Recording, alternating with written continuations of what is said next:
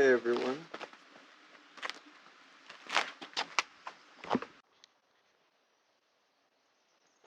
Hey everyone. Welcome back and thank you for being here. So, well, first off, there's this crazy beautiful tree right here. It's kind of cool to get like up underneath one of these things and look up into it. I don't know if I've ever done this before. But let's show you that. It's really cool. A lot of patterns happening there. Pattern brain going, like loving it. Sound looks good. Harness looks a lot better. And we are at around 50 minutes, so I'm gonna have to. Oh, that's sick.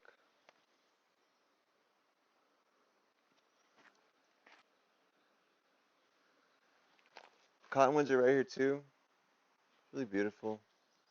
Um, I guess I'll try to sit on this, but it's not bad. So hopefully you can see the amphitheater behind me. I'm gonna scooch this up.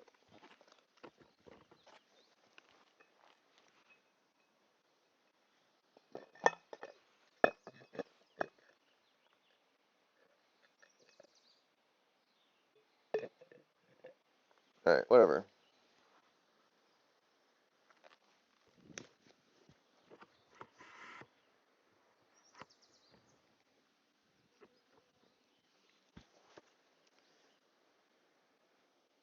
Yeah, that's fine. It's hard to see the mini display.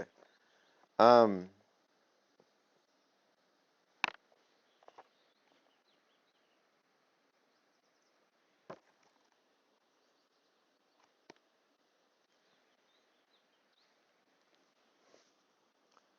all right. Middle of page 146 in chapter 2 from part 4. The paragraph begins with the stories that are told about the appearance. The stories that are told about the appearance, creation, or emergence of humans are specific to a group. The story tells of their entrance into the world, and it is specific to a place. There is an assumption among Native Americans that each group will have a different story, since they occupy different niches. Each group is seen as essential to the place in which they find themselves. It may be that they are, overall, only oxygen absorbers, or perhaps the nerve ends of the universe. They are not, however, meaningless things in a meaningless world. They fit in a particular place for a particular reason. Individuals are not created except as, quote, first man or first woman, but they are, in their inception, a group of people. Humans are first and foremost defined as social animals. Aristotle expressed this idea, saying that a man alone is either a god or a beast. Humans, I guess I can just put this on the ground.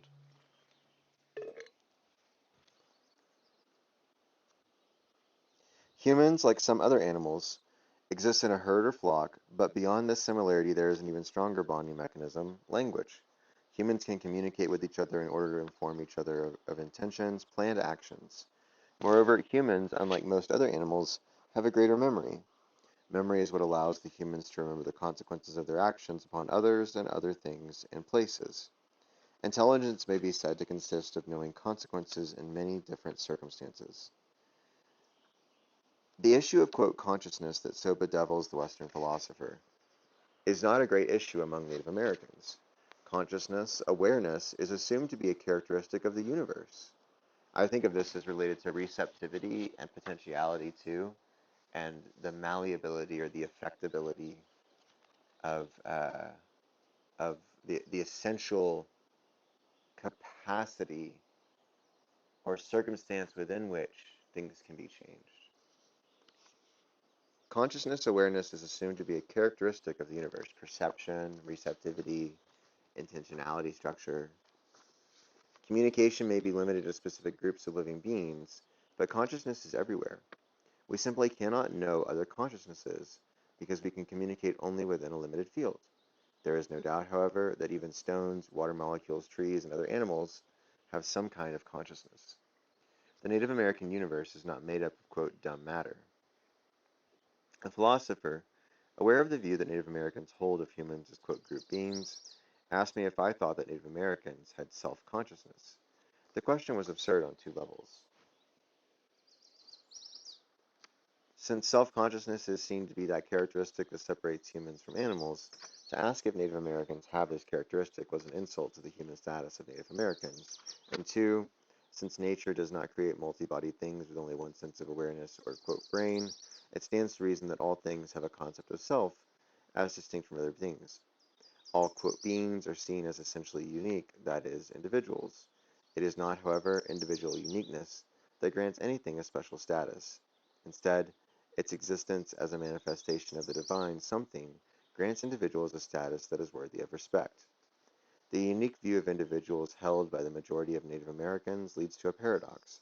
How is it that in an individualistic society such as the United States, the individual can become synonymous, while in a group-oriented society such as the Native Americans, the individual is never anonymous? In an American society, the individual often feels that his individuality is threatened by the group. He might become, quote, just a number or, quote, submerged into an anonymous, quote, mass. In a Native American sense, the individual is always a part of something greater than himself, a family, a clan, a tribe, a place. He can be, quote, located in a larger whole. It is not the group that threatens the individual. It offers him a sense of belonging. It is instead the individual that poses a potential threat to the group's survival. So Lugones talks a lot about group identity and personal identity and how to think them harmoniously with respect for both. Um, but it's striking here that Cordova uses the word belonging, because we are reading Bell Hooks' Belonging, A Culture of Place later, and Cordova is very much talking about place. My book's in the car, so I couldn't tell you what year that was off the top of my head. This is 2000, and she passed away in 2002, so published in 2007. The unattached individual is merely humanoid. So humanoid, if we haven't said this yet, humanoid is a good word that she uses repeatedly for the state in which a human creature is not behaving like a human being should. A human animal is not behaving like a human being or a human creature, a human being should. Um, so she's really talking about personhood, and she also talks about the extension of personhood to the rock. Um, she says we wouldn't call it person so much as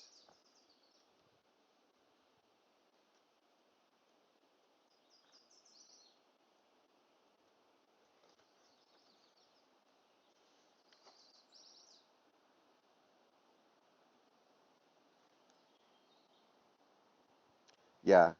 Um, the others, the non-human part of the child's world, are also persons. So the term used here would more likely be would be more likely beings, which are equally deserving of the child's respect. So we'll get to that in a few pages. But humanoid, and I think I was in a class, and I had a classmate named Stephen who mentioned this idea of person. Maybe it wasn't Stephen. Somebody mentioned, was discussing this to me, with me. Um, I don't know. I mean, I'm sure that's how it is for them. But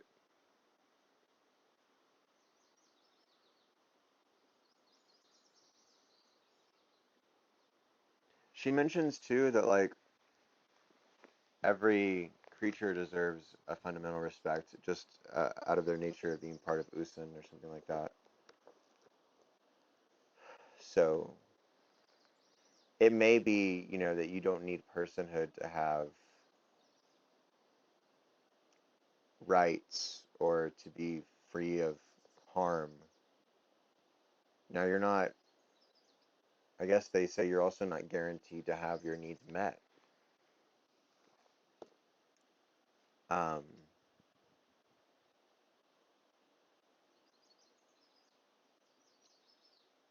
and people might harm you. So,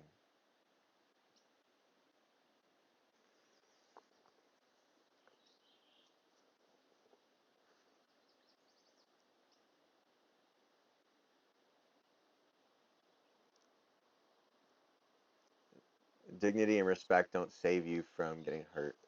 Um, I wanted to try to make it through this chapter quickly, but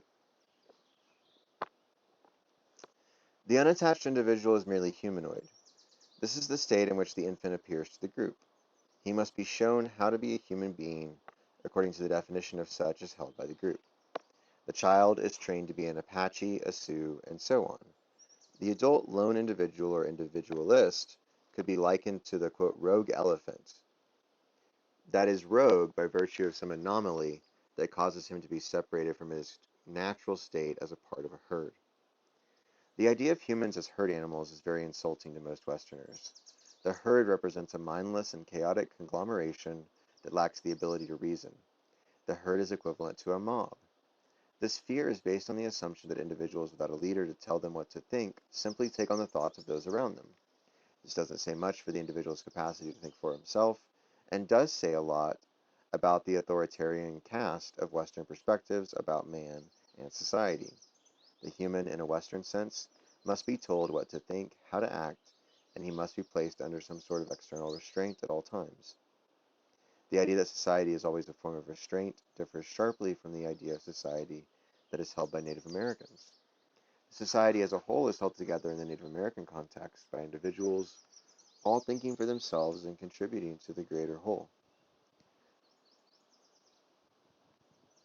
This perspective has very deep implications for how children are taught to become persons.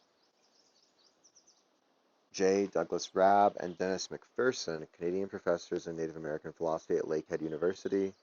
I think Cordova taught at Lakehead University. She did.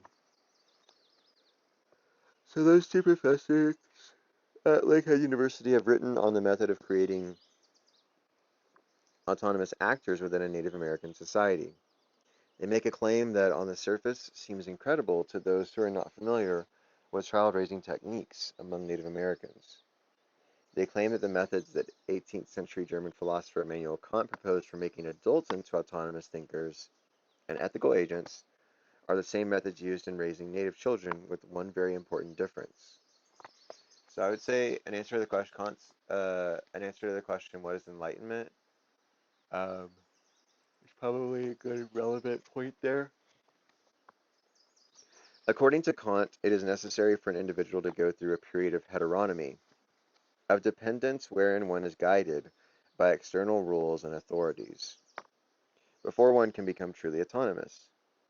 Rabb and McPherson, backed by numerous and varied research into the cultural learning styles of Native American children, show that the native child is allowed to be an autonomous agent from the age of mobility. The native child, in comparison to the Western child, is considered to be a person when he begins to be mobile, that is, when he becomes capable of encountering the world. The child is given freedom to explore his own environment, whereas the Western child is watched and controlled by parents throughout childhood. The quote, independence and autonomy of the native child exist in contrast to the state of the non-native child who is, quote, dependent and controlled. The Native American child is not subjected to routine or to physical punishment or its threat. He lives in a, quote, child-determined environment. For example, meals are served on demand, bedtimes vary with sleepiness and family activity. The native child is also offered countless opportunities to make decisions, and it is assumed to encounter the consequences of those decisions, which provide the primary form of learning experience. Another important factor in the child's learning is the fact that he is introduced to the world where the concept of person is much more extensive than that of the Western child or adult. I try to teach young people respect for everything, other people, trees, water, and the spirits. An Ojibwa elder is counted as saying. The others, the non-human part of the child's world, are also persons. So here, yeah, like everything is personhood, but you don't become a person for the community for some reason. And it's strange that they have different senses. Like a person is someone who sees everything else as personhood. So, and that's probably, I think the way that makes sense is like, you can't understand what personhood is until you see the extent of personhood.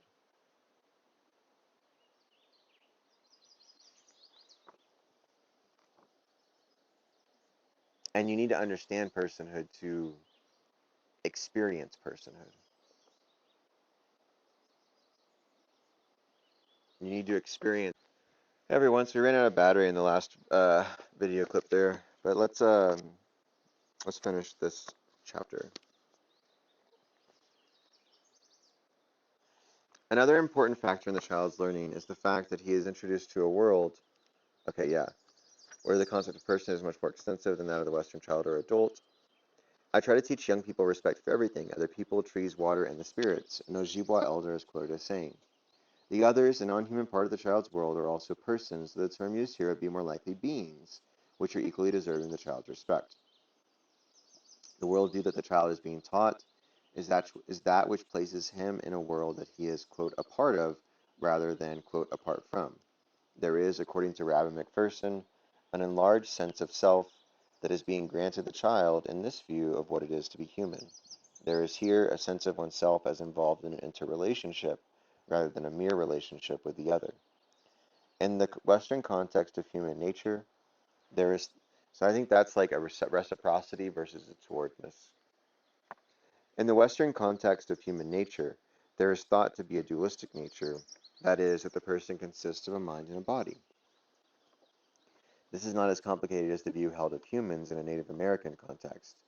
It has been explained that the, quote, world, everything that is essentially the manifestation of one single thing.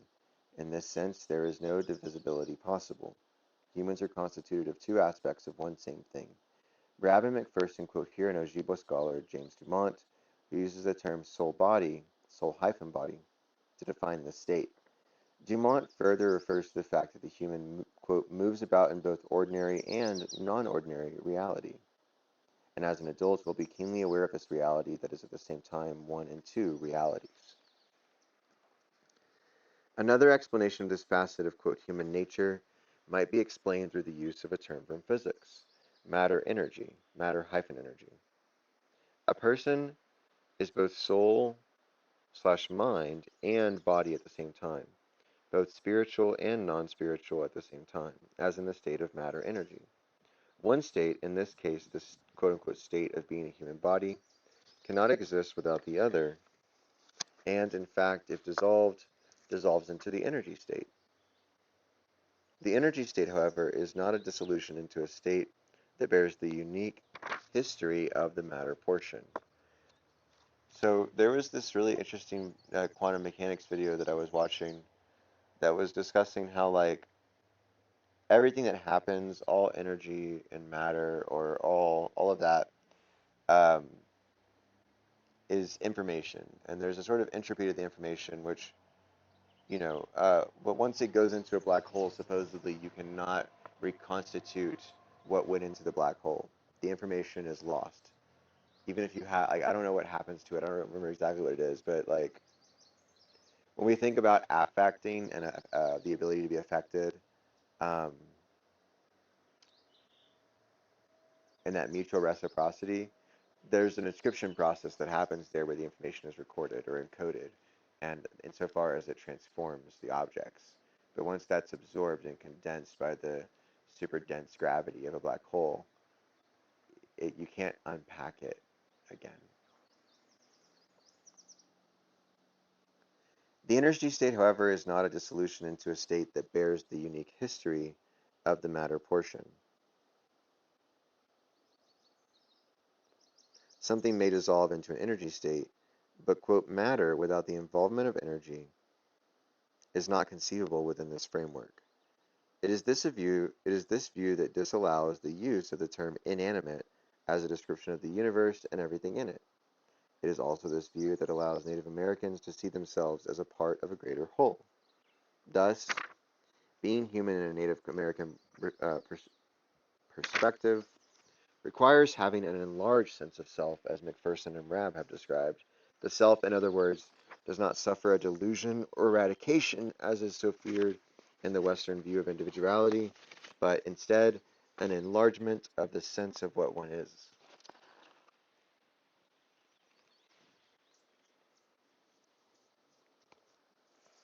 There is, however, one more aspect of being human that must be mentioned here. The human being does not come in only one flavor. There is no single correct or real way of being human. All human groups are believed to be created or produced to fill a particular niche in the Earth's environment. Therefore, it is assumed that each specific group will differ from all other groups. The fact that there are similarities between humans as a species is not as relevant as the fact that, as groups, they will differ in markedly important ways. This understanding of difference as a natural occurrence leads to a stance of toleration that is absent from a Western view. Western views tend to be based on absolute and universal truths that disallow the existence or correctness of those who do not conform to the truth, quote unquote, in this case of what it is to be human, as defined by Western thinkers. So I want to take a look at the water at least. I mean, there may not be a good spot to like set up and sit down there. Um,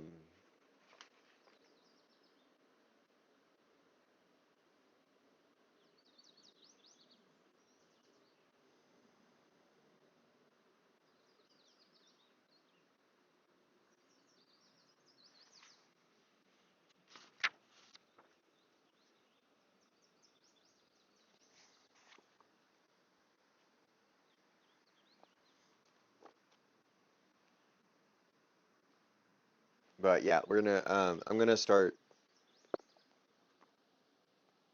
we're gonna end this video here. So thanks guys. Hey guys, we're back. I'm not going to read anymore. We're just gonna go take a look at the water. I want to get on the road. I'm really hungry and kind of nauseous, lightheaded. So if I'm not gonna eat, then I at least want to get to driving. Um, but we're gonna go look and see what it looks like.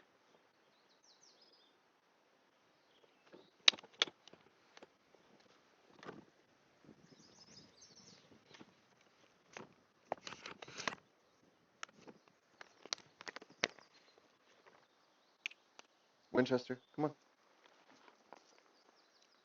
Good boy. Come on. You see that it's really beautiful out here.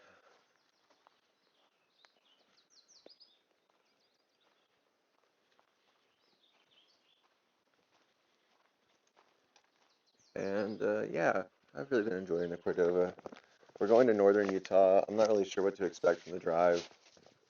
Um, I do think like there's going to be a playlist for obviously, like the course playlist is just going to have us going back and forth between all the readings. I'm not doing it that way. Or maybe I'll have like two playlists. I'll do it in chronology too. But for anybody who, well, but like also just so that the book stays kind of in order for like students to understand the material, I will probably make that the primary reading sort order. Look at that down there in that. Come on, good boy. So watch out for rattlesnakes. No, no, no, no, no, no.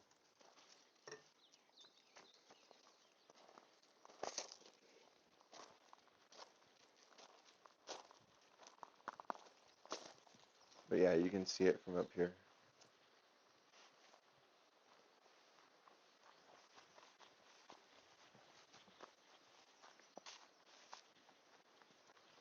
I think there's going to be a lot of light on our hikes in the Tetons, and I think it's going to be miles of like this. So we're going to be done with Cordova probably, pretty quick. Um, We're moving on to Leopold's Sand County Almanac, which I think makes a lot of sense for. It's beautiful down here. Look at this.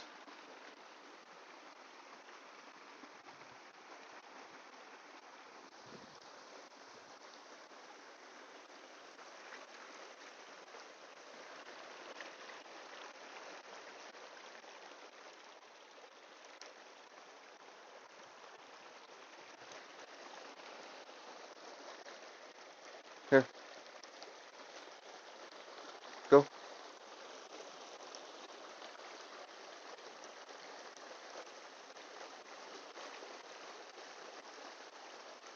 you want to drink some water?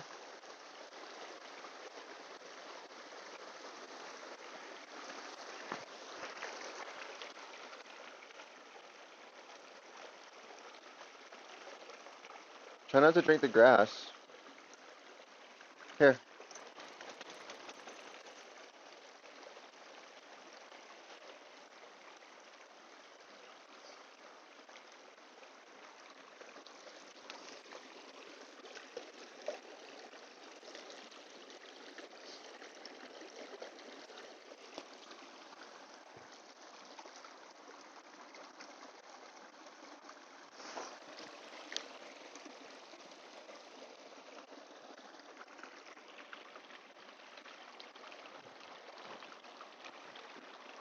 This is fun.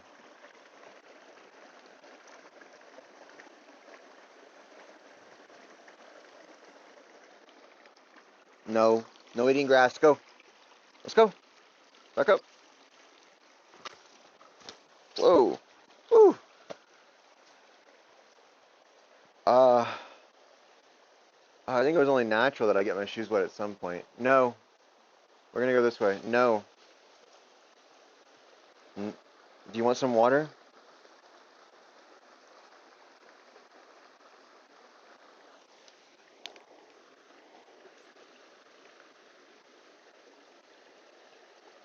Alright.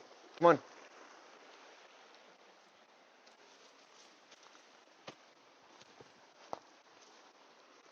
It's beautiful out here, guys.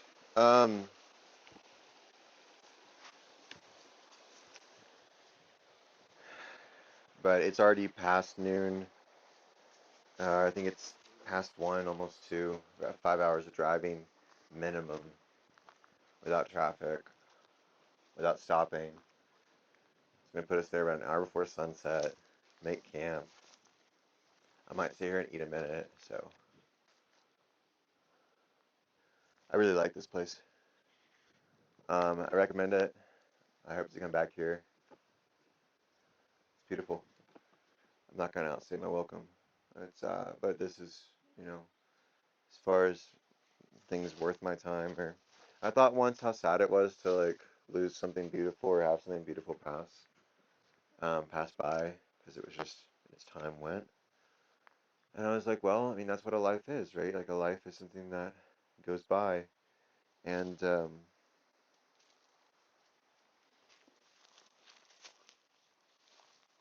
I would want, if I'm gonna have to have something go by, I would just want a life filled with beautiful things, and that means like wanting that means wanting what must go by to stay longer if it's beautiful, I think that's what I'm trying to say is like I want wonderful things that I obviously would want. Like the best possible world is one where everything is so good that you wish it was like that all the time. But with different things. So let's go find the next great, wonderful, all the time thing. Thanks for being here, you guys. Oh, sure, we can do that. So there was a purple flower at the bottom of the amphitheater. I didn't get a video of it, but here's another one right here that we can get. There's 2 of them actually. Or there's a bunch. And that one, huh? This one's weird. This one is like those purple flowers, but on Oh, no, sorry, I feel stupid. It fell off and it's dried and it's dying. Okay, bye guys.